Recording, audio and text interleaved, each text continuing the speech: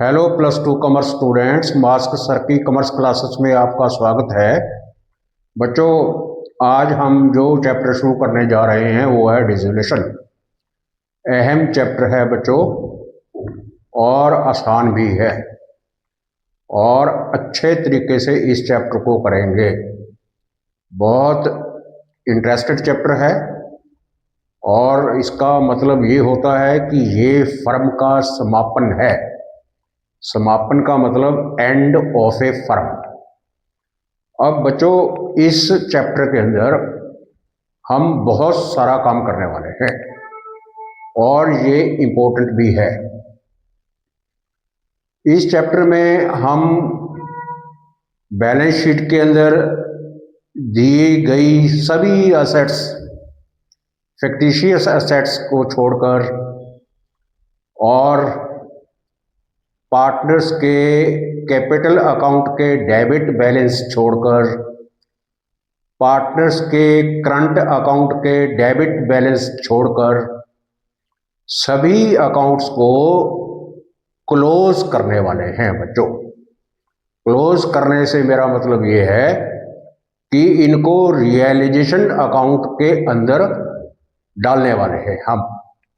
तो realisation account और revaluation account में फ़र्क होता है बच्चों। रिवैल्यूएशन अकाउंट हमने बनाया था रिटायरमेंट, डेथ और एडमिशन में। उसमें हम रिवैल्यूएशन अकाउंट तैयार करते हैं। रिवैल्यूएशन अकाउंट तैयार इसलिए किया जाता है कि हम असेट्स और लायबिलिटीज की दोबारा से रिवैल्यूएशन करते हैं, और जो प्रॉफिट और लॉस होता है उसको निकालते हैं। लेकिन इस चैप्टर के अंदर बच्चों रियलाइजेशन अकाउंट तैयार किया जाएगा।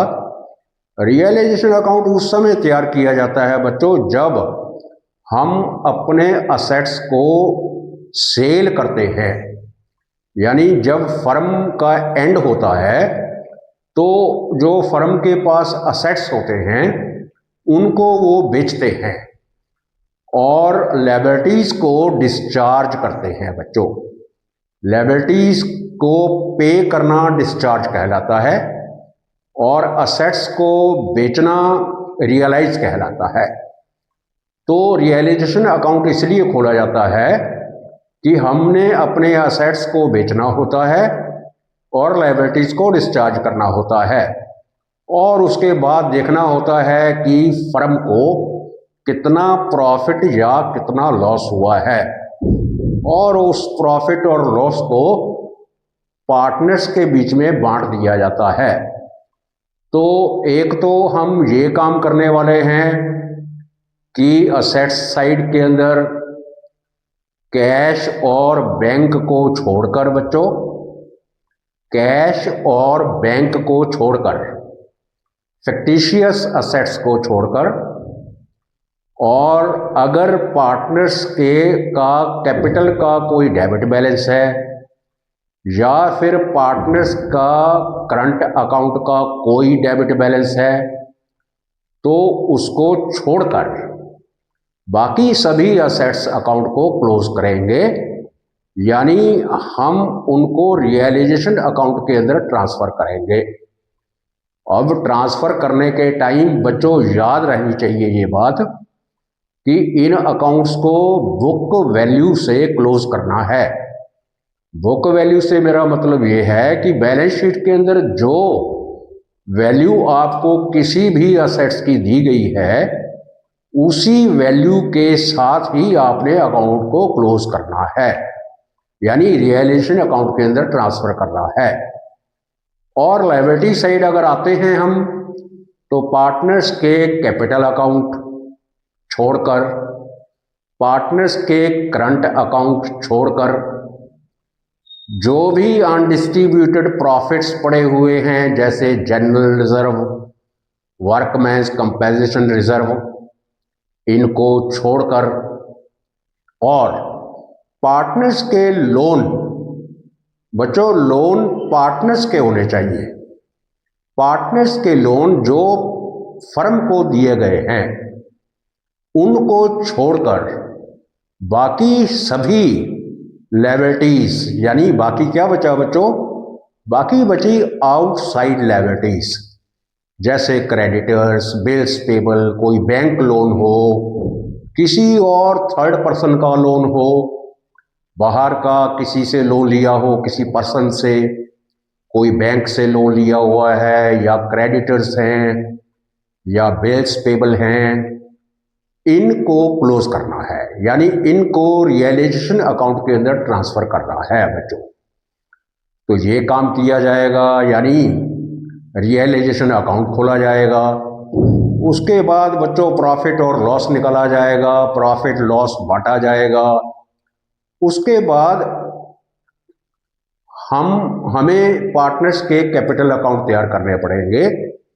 पार्टनर्स के कैपिटल अकाउंट इसलिए तैयार करने पड़ेंगे कि अब देखना होगा कैपिटल अकाउंट बनाने के बाद कि उनका सरप्लस आता है कि डेफिसिट आता है। अगर सरप्लस आएगा तो पार्टनर्स को पेमेंट की जाएगी, और अगर डेफिसिट होगा तो पार्टनर्स जितना डेफिसिट आता है उतना पैसा लेकर के आएंगे, तो उनके कैपिटल अकाउंट तैयार किए जाएंगे। और इसके अलावा बाद में फिर लास्ट में, इससे पहले हमको पार्टनर्स के अगर कोई लोन है तो उसका अकाउंट तैयार करना पड़ेगा। उसके बाद हमें कैश अकाउंट तैयार करना पड़ेगा बच्चों। इस चैप्टर में बैलेंस शीट तैयार नहीं होती है क्योंकि अब फर्म का एंड हो चुका है बच्चों, इसलिए कैश अकाउंट खोला जाएगा, और कैश अकाउंट से ही हमें पता चलेगा कि हमने जो अभी पहले सब रियलाइजेशन अकाउंट, पार्टनर्स के कैपिटल अकाउंट तैयार किए हैं वो ठीक हैं कि नहीं है। जैसे बैलेंस शीट से हमें पता चलता था बच्चों कि हमारा सम ठीक हो गया है, कि बैलेंस शीट के बैलेंस मैच करते थे, वैसे इस चैप्टर में कैश अकाउंट के बैलेंस मैच करने चाहिए। तो ये सारे काम हमने इस चैप्टर के अंदर करने हैं। इसमें कई अनरिकॉर्डेड असेट्स भी होंगे, कई अनरिकॉर्डेड लायबिलिटीज भी होंगी। कोई असेट्स कोई पार्टनर ले जाएगा, कोई लायबिलिटी कोई पार्टनर ले जाएगा, रियलाइजेशन एक्सपेंसेस भी होंगे। तो बच्चों आप सोच रहे होंगे कि रियलाइजेशन एक्सपेंसेस क्या होते हैं। तो बच्चों जब असेट्स को या लायबिलिटीज को, असेट्स को जब रियलाइज किया जाता है, आई मीन टू से जब सेल किया जाता है, तो उसके ऊपर कुछ एक्सपेंसेस होते हैं बच्चों। यानी फर्म का जब रियलाइजेशन किया जाता है, रियलाइज किए जाते हैं असेट्स और लायबिलिटीज को डिस्चार्ज किया जाता है, तो उसके ऊपर एक्सपेंसेस आते हैं बच्चों। तो इसको रियलाइजेशन एक्सपेंसेस कहा जाता है। ये भी फर्म पे करती है या कोई और सिचुएशंस हो सकती हैं, आगे करेंगे हम जैसे जैसे क्वेश्चंस आएंगे बच्चों। तो अनरिकॉर्डेड असेट्स होंगे, अनरिकॉर्डेड लायबिलिटीज भी हो सकती हैं। कोई असेट्स पार्टनर ले सकता है, कोई लायबिलिटीज पार्टनर ले सकता है, रियलाइजेशन एक्सपेंसेस हो सकते हैं।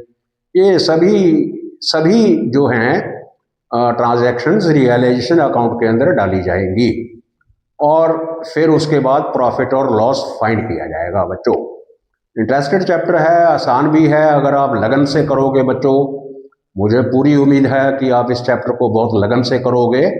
बहुत आसान चैप्टर है और थोड़ा हट करके भी है, और इतना ज़्यादा कुछ है नहीं इसमें, इसलिए मैं इसको 2 वीडियोस के अंदर ही ख़त्म करने की कोशिश करूँगा बच्चों। और हम शुरू करते हैं डिसोल्यूशन। अब डिसोल्यूशन की अगर हम बात करें तो ये चैप्टर का नाम है dissolution of A partnership firm, या डिसोल्यूशन ऑफ ए फर्म कह सकते हो आप बच्चों। अब सवाल ये है कि एक तो होता है डिसोल्यूशन ऑफ पार्टनरशिप और एक होता है डिसोल्यूशन ऑफ पार्टनरशिप फर्म। तो दोनों में फर्क है बच्चों। बेसिक क्वेश्चन है, आपको मालूम होना चाहिए, पता होना चाहिए आपको कि डिसोल्यूशन ऑफ पार्टनरशिप और dissolution of A partnership firm क्या होता है। डिसोल्यूशन ऑफ पार्टनरशिप का मतलब तो ये होता है कि अब जो फर्म का पुराना एग्रीमेंट था बच्चों, वो अब चेंज हो चुका है। अब न्यू एग्रीमेंट के अंडर सभी पार्टनर्स उसी नेम के अंडर, जो पहले पार्टनरशिप का नाम था बच्चों, जो उनकी फर्म का नाम था, उसी नाम के अंडर एक न्यू एग्रीमेंट के साथ वो अपने बिजनेस को कंटिन्यू रखेंगे। यानी कुछ परिस्थितियां चेंज हो जाएंगी, यानी उनके बीच में जो इकोनॉमिक रिलेशनशिप है पहले था वो अब चेंज हो जाएगा। मान लो रेशो चेंज हो सकती है, प्रॉफिट शेयरिंग रेशो चेंज हो सकती है, कैपिटल की रेशो चेंज हो सकती है, या कुछ और बहुत सारी चीज़ें हो सकती हैं जिसकी वजह से उनको जिनकी वजह से उनको न्यू एग्रीमेंट करना पड़ रहा है बच्चों। परिस्थितियाँ चेंज हो गई हैं। जब वो पुराने वाले एग्रीमेंट को ख़त्म करके नए वाले एग्रीमेंट को जब करते हैं और उसके अंडर काम करते हैं बच्चों, सेम नेम के अंडर, तो इसको तो कहा जाता है बच्चों डिसोल्यूशन ऑफ पार्टनरशिप। जैसे आपने एडमिशन किया है बच्चों, रिटायरमेंट किया है या डेथ किया है, ये dissolution of firm, dissolution of partnership थी बच्चों।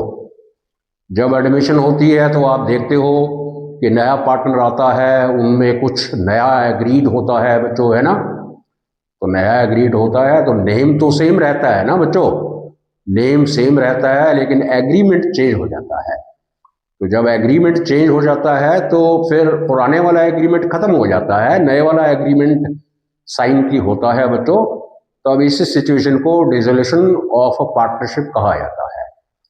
और डिसोल्यूशन ऑफ फर्म का क्या मतलब है?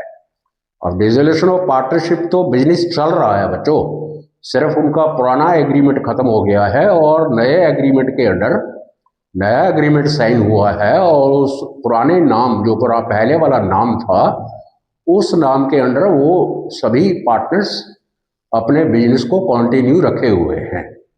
लेकिन डिसोल्यूशन ऑफ फर्म का मतलब ये होता है कि अब जो बिजनेस की डिसकंटिन्यूटी हो गई है बच्चों, कि फर्म खत्म हो गई है, अब फर्म बिजनेस नहीं चल रहा है आगे, फर्म खत्म हो जाएगी।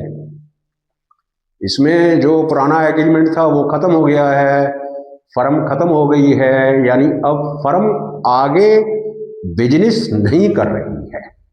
ये होता है डिसोल्यूशन ऑफ पार्टनरशिप फर्म, है ना बच्चों। तो फर्क है ना, देखो, डिसोल्यूशन ऑफ पार्टनरशिप फर्म और डिसोल्यूशन ऑफ पार्टनरशिप के बीच में, है ना बच्चों। तो आपको पता चल गया डिसोल्यूशन ऑफ पार्टनरशिप क्या चीज है, डिसोल्यूशन ऑफ पार्टनरशिप फर्म क्या चीज है बच्चों। अब ये है कि विच लायबिलिटीज आर पेड फर्स्ट। तो जब हम डिसोल्यूशन करते हैं बच्चों, तो ये देखा जाना चाहिए कि सबसे पहले कौन सी लायबिलिटीज सबसे पहले पे की जाएगी। तो लायबिलिटी साइड में आते हैं बच्चों, देखिए वहाँ पार्टनर्स की कैपिटल होती है ना, और आउटसाइड लायबिलिटीज होती हैं। आउटसाइड लायबिलिटीज जैसे बैंक लोन है, क्रेडिटर्स हैं, बिल्स पेबल हैं, ये थर्ड पार्टीज की लायबिलिटीज हैं, यानी आउटसाइड लायबिलिटी कहा जाता है बच्चों।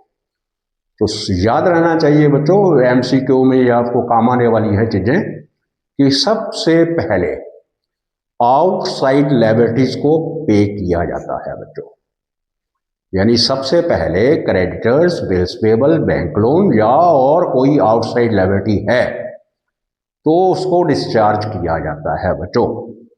और उसके बाद विच लायबिलिटीज आर पेड लास्ट, ऐसी कौन सी लायबिलिटीज हैं भी जो सबसे लास्ट में पे की जाती हैं। सारा कुछ करने के बाद बच्चों अगर कुछ पैसा बचता है तो फिर जो पार्टनर्स हैं, पार्टनर्स, उनके जो कैपिटल्स हैं फर्म में, यानी पार्टनर्स को सबसे लास्ट में पे किया जाता है, सबसे लास्ट में। उससे पहले सारी आउटसाइड लायबिलिटीज पे की जाएंगी, और अगर कुछ बचेगा, है ना, तो पार्टनर्स को दिया जाएगा। और अगर डेफिशिएंसी आ जाती है, मान लो सरप्लस होगा तो पार्टनर्स को दिया जाएगा, और अगर डेफिशिएंसी आ जाती है तो फिर पार्टनर्स को पैसा लेके आना होता है बच्चों। अब जब वो पैसा लेके आएंगे तो वो पार्टनर्स की लायबिलिटी कहलाती है। तो पार्टनर्स की उन लायबिलिटी को कैसे पूरा किया जाता है? फिर जो पार्टनर्स के प्राइवेट असेट्स होते हैं उन उनसे रियलाइज किया जाता है बच्चों।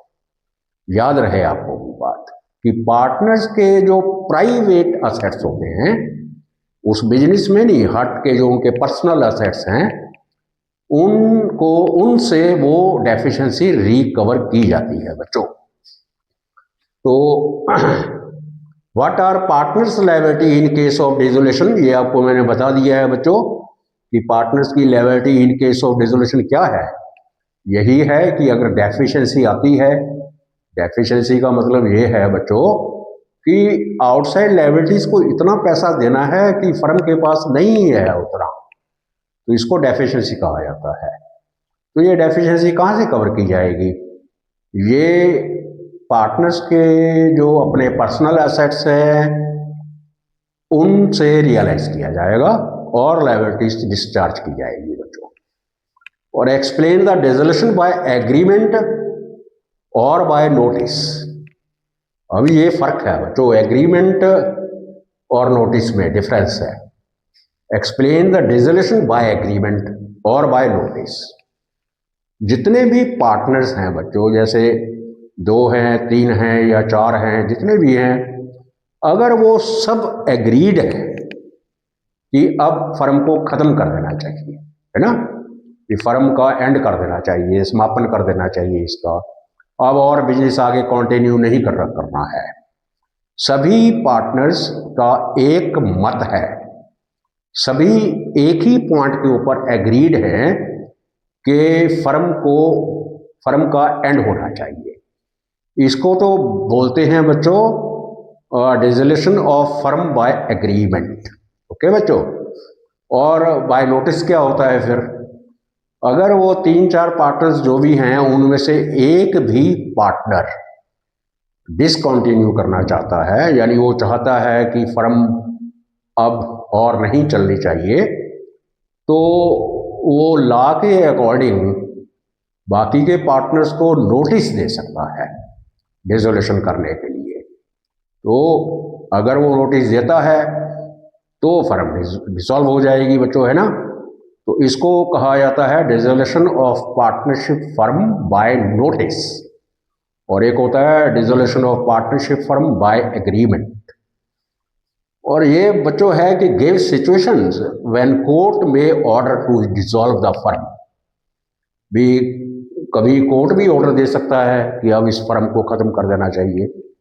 वैसे तो डिसोल्यूशन के और भी कई कारण हैं, जैसे मान लो आपस में पार्टनर्स की आपस में बनती नहीं है तो फर्म डिसॉल्व हो सकती है, किसी की डेथ हो जाए तो भी फर्म डिसॉल्व हो सकती है, कोई पार्टनर छोड़ के चला जाए तो भी डिसॉल्व हो सकती है ना, कोई पार्टनर बीमार हो जाए तो भी डिसॉल्व हो सकती है, और या फिर वो पार्टनरशिप थी ही फिक्स्ड पीरियड के लिए, जैसे 5 साल के लिए, 10 साल के लिए, वो अब टाइम पूरा हो गया है बच्चों, तो भी डिसॉल्व हो सकती है ना बच्चों।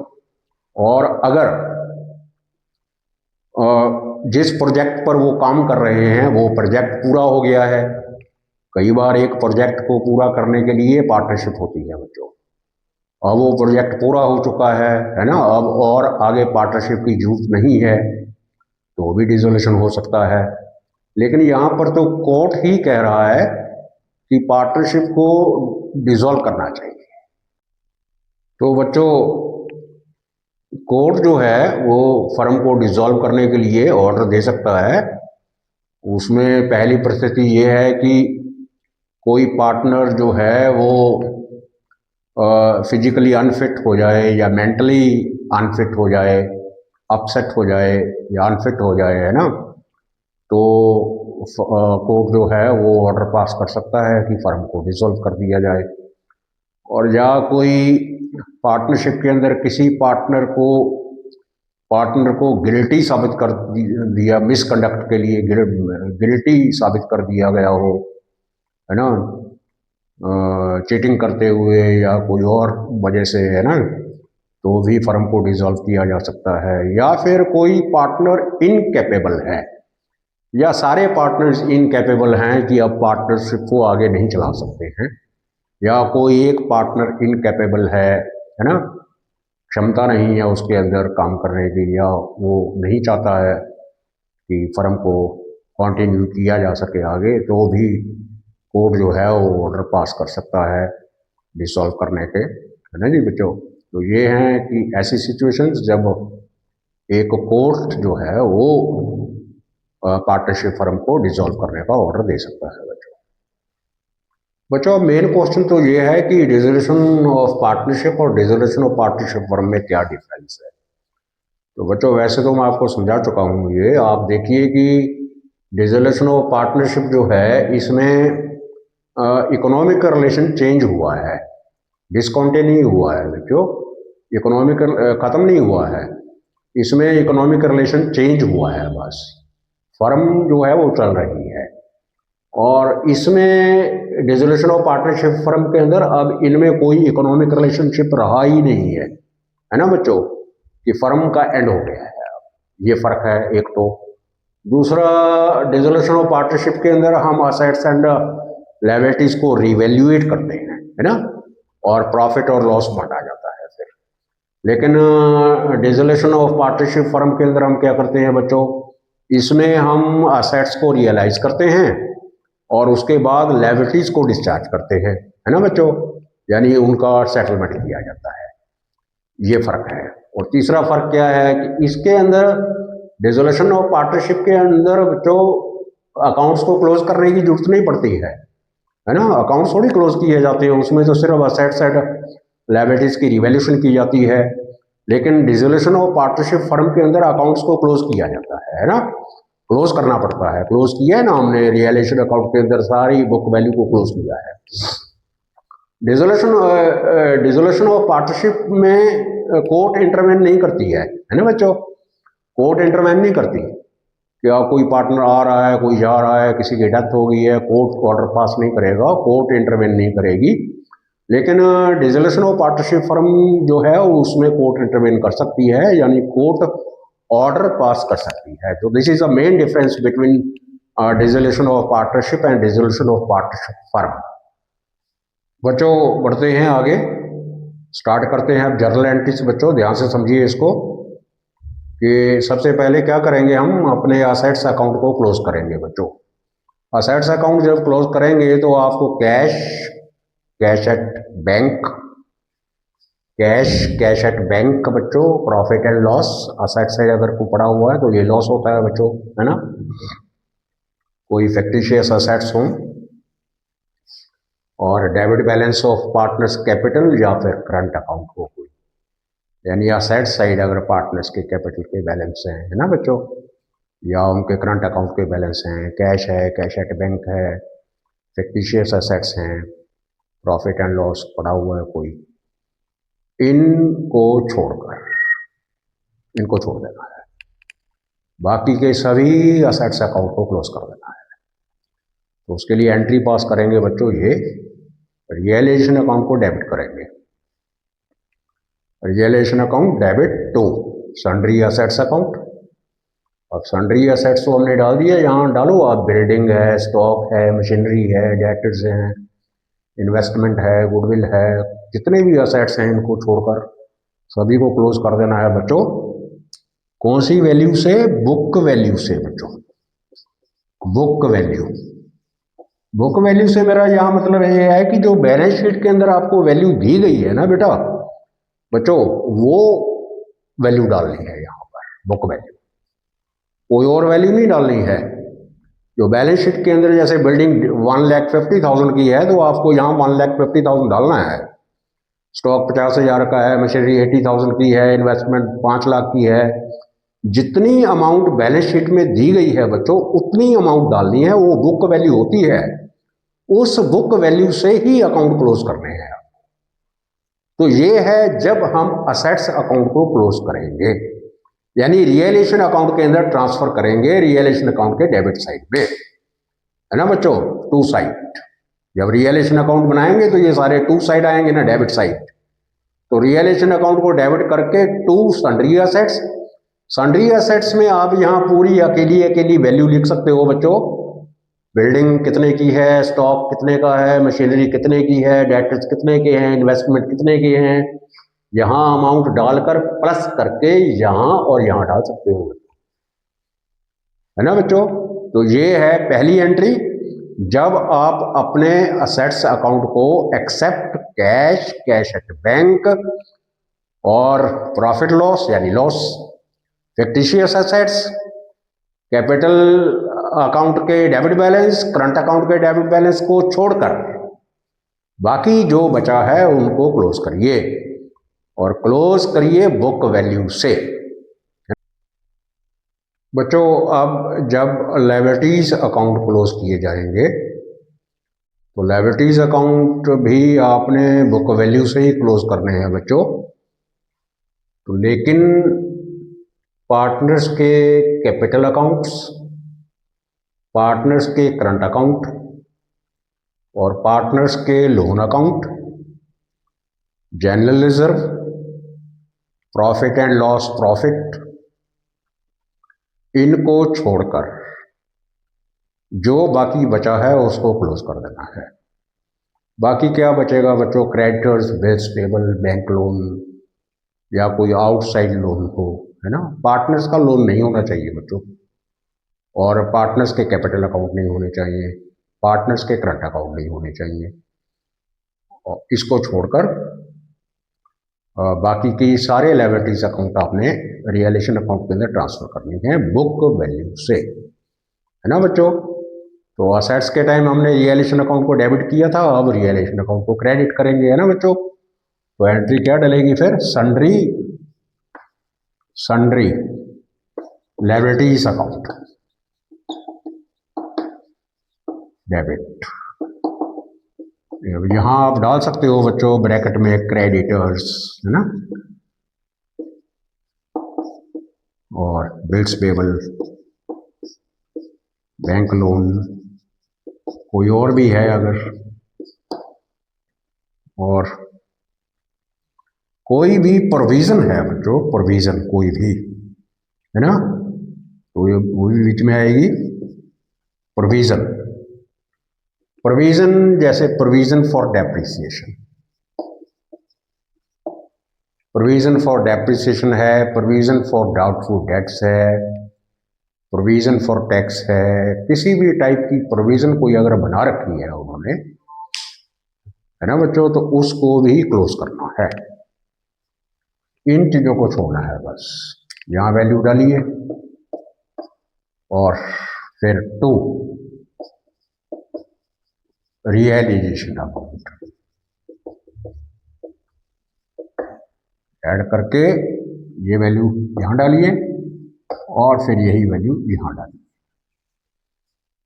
तो ये है जब लायबिलिटीज अकाउंट को क्लोज किया जाएगा।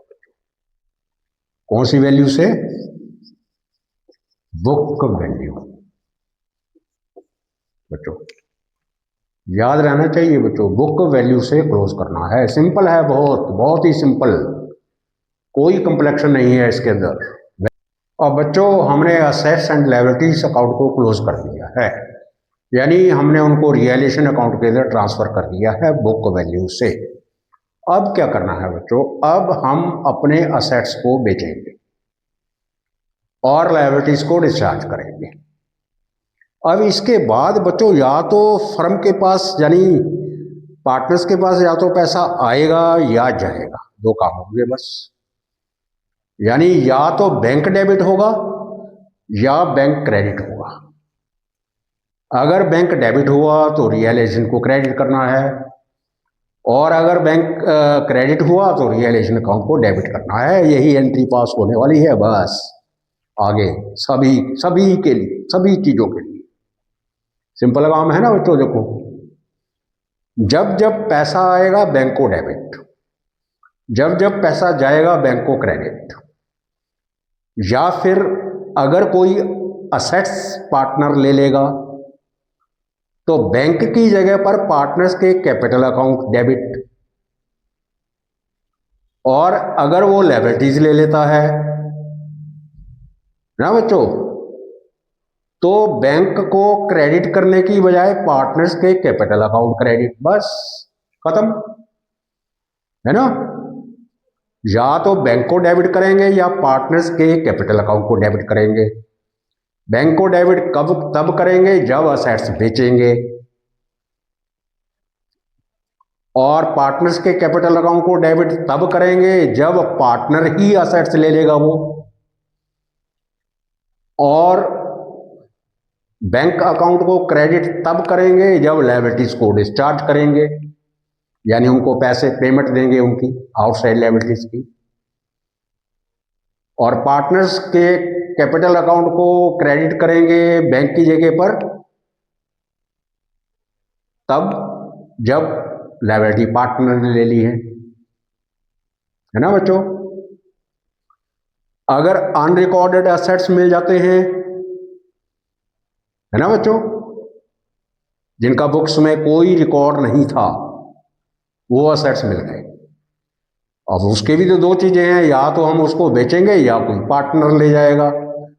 बेचेंगे तो बैंक को डेबिट करेंगे, पार्टनर ले जाएगा तो पार्टनर के कैपिटल अकाउंट को डेबिट करेंगे।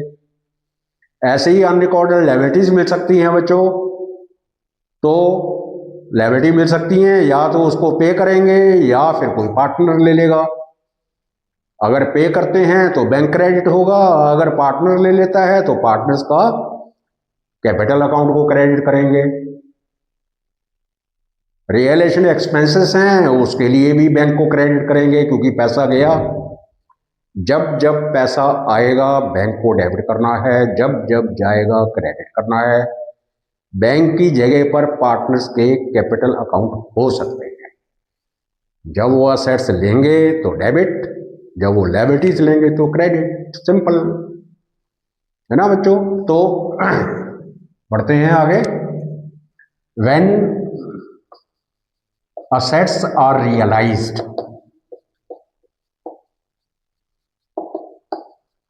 अब ये रियलाइज्ड का मतलब आप समझ गए होंगे कि अब हम असेट्स को बेच रहे हैं बच्चों। अब सवाल ये है कि यहाँ वैल्यू कौन सी डाली जाएगी। वहाँ तो बुक वैल्यू डाल दी थी हमने, यहाँ जो रियलाइज्ड वैल्यू है बच्चों वो डालनी है। जैसे बिल्डिंग अगर 2 लाख की बिकी है तो 2 लाख डालना है, डिफरेंस नहीं निकालना।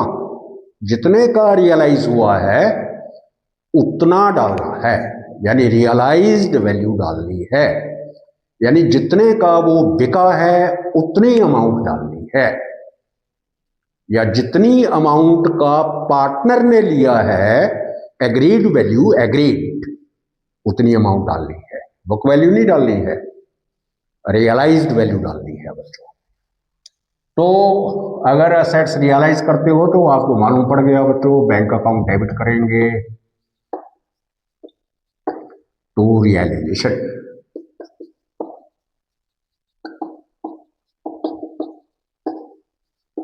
एक ही एंट्री के अंदर सब कुछ पास कर देना है बच्चों। जैसे बिल्डिंग बेची है, बिकी 2 लाख की, स्टॉक बिका, फर्नीचर बिका, इन्वेस्टमेंट बिकी, मशीनरी बिकी, सबको प्लस कर देना है, बिका है तो यहाँ नीचे लिख भी सकते हो, इसके नीचे, है ना, बैंक अकाउंट के नीचे लिख सकते हो बिल्डिंग इतने की, स्टॉक इतने का, इन्वेस्टमेंट इतने की, प्लस करके यहाँ जहाँ डाल सकते हो।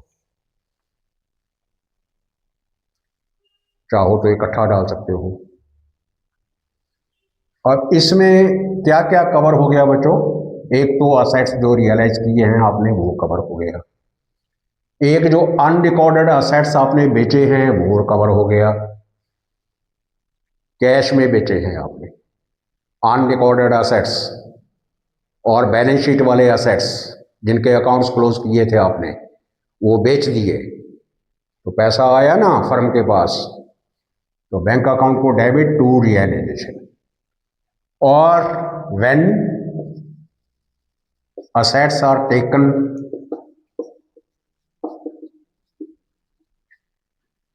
by the partners, तो क्या करना है फिर? बैंक की जगह पर उस पार्टनर का कैपिटल अकाउंट, है ना बच्चों। कंसर्न्ड पार्टनर्स, कंसर्न्ड से मेरा मतलब ये है concerned partners capital account, debit to realisation,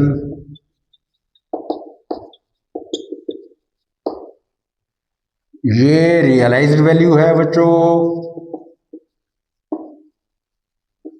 और ये एग्रीड वैल्यू है, एग्रीड वैल्यू। एग्रीड का मतलब जो सभी पार्टनर्स में तय हुआ है वो वैल्यू डालनी है। एक ही बात हो गई, रियलाइज्ड वैल्यू है एग्रीड वैल्यू। तो अगर वो असेट्स ले लेता है कोई पार्टनर, तो कंसर्न्ड पार्टनर जिसने लिया है उसको डेबिट करना है। जैसे बी ने बिल्डिंग ले ली तो B capital account to realisation, bank की बजाय बच्चों ये एंट्री डालनी है ना बच्चों। अगर उसने अनरिकॉर्डेड असेट्स ले लिए तो भी यही एंट्री डलेगी। अगर असेट्स अनरिकॉर्डेड असेट्स बिक गए तो भी ये एंट्री डलेगी। ये दो एंट्रीज हैं बच्चों, देख लो बस। अगर असेट्स पार्टनर ले लेता है तो ये एंट्री डलेगी, और अगर असेट्स बिकते हैं कैश पर तो ये एंट्री डलेगी।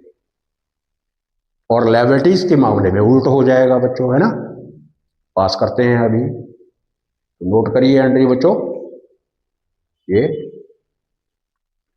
बच्चों व्हेन लायबिलिटीज आर डिस्चार्ज्ड, अब लायबिलिटीज को पे करना है हमने, तो पे करेंगे तो बैंक क्रेडिट हो जाएगा क्योंकि पैसा गया। असेट्स डिक्रीज हो गए यानी बैंक हमारा बैंक डिक्रीज हो गया है बच्चों, तो उसको क्रेडिट करेंगे। यानी एंट्री रियलाइजेशन अकाउंट डेबिट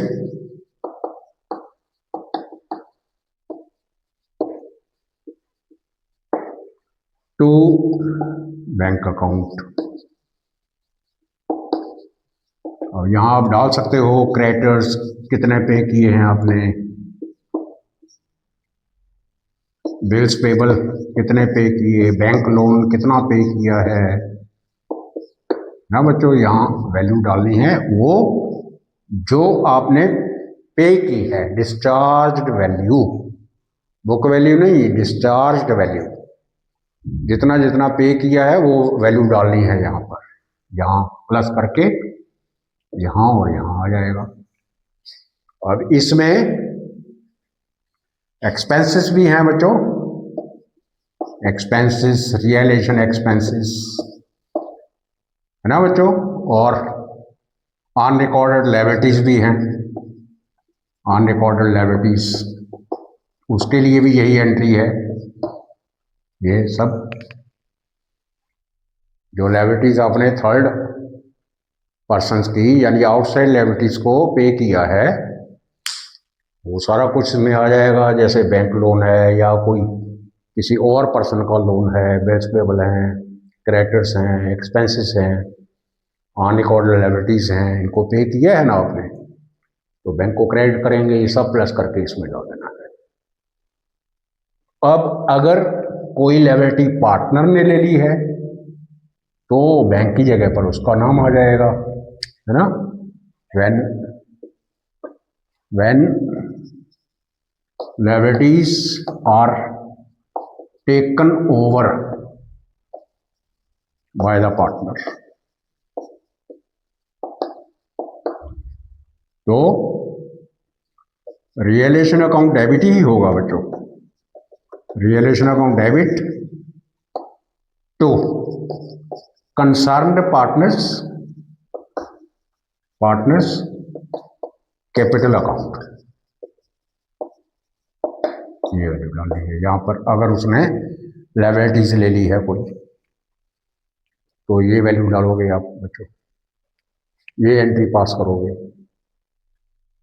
तो आपके असेट्स बेचने की एंट्री, और असेट्स अगर पार्टनर ने ले लिए उसकी एंट्री, और लायबिलिटीज को डिस्चार्ज करने की एंट्री, और लायबिलिटीज अगर पार्टनर्स ने ले ली, लायबिलिटीज अगर पार्टनर्स ने ले ली हैं तो उसकी जनरल एंट्री बच्चों ये जनरल एंट्रीज हैं एक्सपेंसेस के लिए, कि अगर एक्सपेंसेस फर्म पे करती है, अगर एक्सपेंसेस फर्म ने पे किए हैं तो realisation account debit to bank account, क्योंकि पैसा चला गया है, रियलाइज टू बैंक। अगर expenses paid by the partner हैं ऑन बिहाफ ऑफ फर्म, यानी पे पार्टनर ने किए हैं लेकिन फर्म ने पे करने थे, लेकिन पार्टनर ने पे कर दिए अपनी पॉकेट से ऑन बिहाफ ऑफ फर्म। तो फिर ये लायबिलिटी लेने जैसा हुआ बेटा बच्चों। तो realisation account debit to partners capital account, ये एंट्री डलेगी, यानी रियलाइजेशन अकाउंट को डेबिट करेंगे टू पार्टनर्स कैपिटल अकाउंट।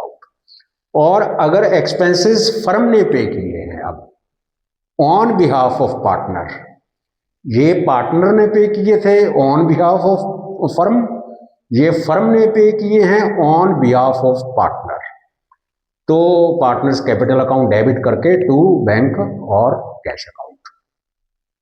और अगर कि कोई एक्सपेंसेस पार्टनर ने पे करने हो, यानी उसकी लायबिलिटी हो, उसने पे करने हो, जैसे मान लो एक पार्टनर को फर्म ने कुछ लमसम अमाउंट दे दी, जैसे 2000, 4000, 5000, है ना बच्चों, और बोल दिया कि जो एक्सपेंसेस होंगे वो तुझे पे करने हैं। इस कंडीशन में वो एक्सपेंसेस पे करने की कोई एंट्री नहीं डलेगी, क्योंकि एंट्री उसकी डलेगी जो फर्म ने उसको कमीशन पे की है, उसकी एंट्री डलेगी। लेकिन जो एक्सपेंसेस उसने पे किए हैं पार्टनर ने, उसकी कोई जर्नल एंट्री पास नहीं हो। तो ये थी बच्चों एक्सपेंसेस की। इससे पहले हमने सभी एंट्री लगभग कर ली हैं। अब हम देखेंगे कि ये रियलाइजेशन अकाउंट बनाने पर या तो प्रॉफिट होगा या लॉस होगा बच्चों, है ना। तो उस प्रॉफिट लॉस को कैसे निकालेंगे। मान लो बच्चों ये एंट्रीज आपने पास की हैं अकाउंट्स को क्लोज करने की, और असेट्स को रियलाइज करने की, और लायबिलिटीज को डिस्चार्ज करने की। तो आपको कैसे प्रॉफिट और लॉस देखना है। यहाँ रियलाइजेशन अकाउंट को डेबिट किया है हमने 5 लाख रुपए से, सिर्फ रियलाइजेशन अकाउंट देखना है बच्चों। रियलाइजेशन अकाउंट को डेबिट किया है 5 लाख से, फिर रियलाइज को डेबिट किया है 1,50,000 से, मतलब ये हो गया हमारा 6,50,000, ये डेबिट किया है हमने। ठीक है बच्चों। अब हम देखते हैं क्रेडिट कहाँ किया है हमने। यहाँ क्रेडिट किया हुआ है रियलाइजेशन अकाउंट को 2 लाख से, और यहाँ क्रेडिट किया हुआ है 6 लाख से, तो ये 8 लाख हो गया बच्चों। क्रेडिट ज़्यादा किया हुआ है हमने, डेबिट कम है। कितना डिफरेंस है बच्चों, 1,50,000 का। इसका मतलब 1,50,000 रुपीज से हमने रियलाइजेशन अकाउंट को कम डेबिट किया हुआ है। अगर डेबिट कम है तो वो प्रॉफिट है, अगर डेबिट ज़्यादा है और क्रेडिट कम है तो लॉस है। अब यहाँ पर डेबिट कम है, क्रेडिट ज़्यादा है, तो इसका मतलब ये प्रॉफिट है।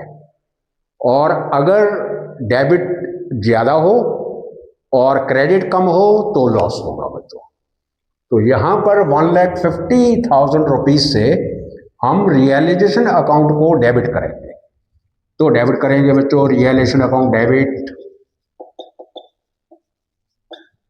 To all the partners capital account. ये एंट्री पास करनी है बच्चों। प्रॉफिट बांट देना है पार्टनर्स को। कौन सी रेशो में, एक ही तो रेशो है बस, अब तो पुरानी नहीं का कोई चक्कर नहीं है, एक ही रेशो है जो गिवन है, नहीं गिवन तो इक्वल है ना बच्चों, बांट देना है। ये प्रॉफिट बन गया बच्चों। इफ प्रॉफिट, ये इफ प्रॉफिट। अगर लॉस है तो रिवर्स एंट्री हो जाएगी, all the partners capital account debit to realisation account, अगर लॉस हो गया तो। ठीक है बच्चों। उसके बाद डेफिशिएंसी और एफिशिएंसी हो सकती है ना। डेफिशिएंसी और एफिशिएंसी के लिए क्या होगा, अगर एफिशिएंसी है तो इसका मतलब वो कैश लेके जाएंगे, है ना। तो partners capital account debit to cash या बैंक अकाउंट। और अगर डेफिशिएंसी है तो इसका मतलब वो कैश लेके आएंगे, है ना। तो फिर partners bank account debit to partners capital account. तो ये अगर डेफिशिएंसी और एफिशिएंसी आती है तो ये जर्नल एंट्री पास की जाएगी। अगर वो कैश लेके आते हैं तो पहले से हम डालते आ रहे हैं बच्चों एंट्री, अगर वो कैश लेके आएंगे तो बैंक अकाउंट डेबिट हो जाएगा to partners capital, concern partners capital account, जो लेके आया है उसको क्रेडिट करना है। और अगर वो लेके जाते हैं पैसे तो फिर पार्टनर्स कैपिटल अकाउंट डेबिट तो बैंक अकाउंट बच्चों, ये है डेफिशिएंसी और एफिशिएंसी की एंट्री। तो ये है बच्चों जर्नल एंट्री रिगार्डिंग डिसोल्यूशन, आपको पता चल गई है, बहुत आसान चैप्टर है, कोई परेशानी नहीं है। एक और अगर किसी को कोई प्रॉब्लम होती है तो बच्चों कमेंट्स करके पूछ सकता है वो। तो बच्चों आज के लिए बस इतना ही, मिलते हैं हम अगली वीडियो के अंदर। और बच्चों वीडियो को लाइक सब्सक्राइब शेयर करो, जरूर से जरूर करो। मिलते हैं अब अगले वीडियो के अंदर, तब तक के लिए जय हिंद जय भारत।